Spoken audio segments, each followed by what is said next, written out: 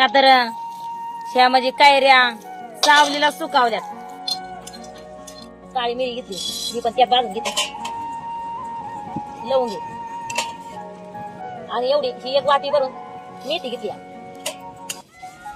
दालचिनी जरा निभार असते त्याच्यामुळे तिला थोडीशी भाजायला वेळ जातो म्हणून तिला थोडी आधी भाजून घेतली.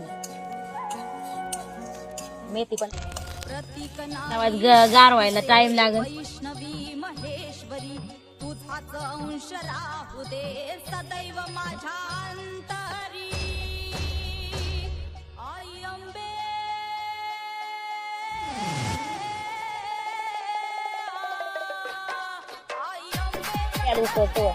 का तर मग तिला जरा भांड्यात घेऊन मी पाकडून घेणार आहेत ते बी काय आणि वैष्णवी महेश्वरी तुझाच अंश राहू दे सदैव माझ्या.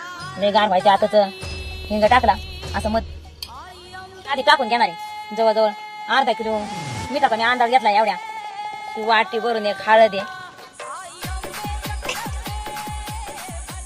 मी दालचिनी वाटून घेतलेली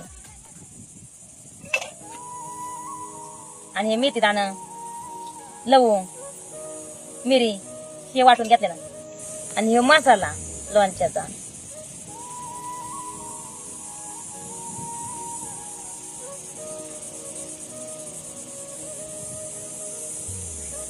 लसूण तेलात टाकला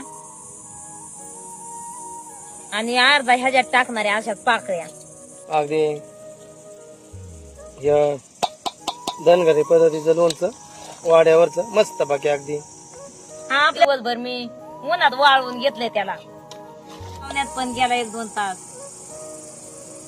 म्हणजे एक पुराचा असा ह्याच्यात जातोय म्हणायचं सगळं जर मिळून अंदाज लावला तर. तेवढी मेहनत घ्यायची म्हणजे आपलं वर्षाचं खाणं आहे. त्याला काय म्हणजे सोडायला जमायचं नाही. सोडलं तरी फक्त आंघोळ झाल्याच्या नंतर सोडायचं आणि परत हलवायचं जरा खालीवर करायचं फक्त तसं बांधून ठेवायचं. पण त्यात पॅक करून बांधून घेणार तर एका साईडने म्हणजे ते आख पासाचं पान बसतंय पण खाली पुरत नाही तर एका असं टाकणार आहे आणि त्याच्या साईडने मग बाकीची अशी लावून त्याच्यावरून हे असं भांड ठेवल्याच्या नंतर हे वरनं फडक्याने पॅक बांधून घेणार आहे.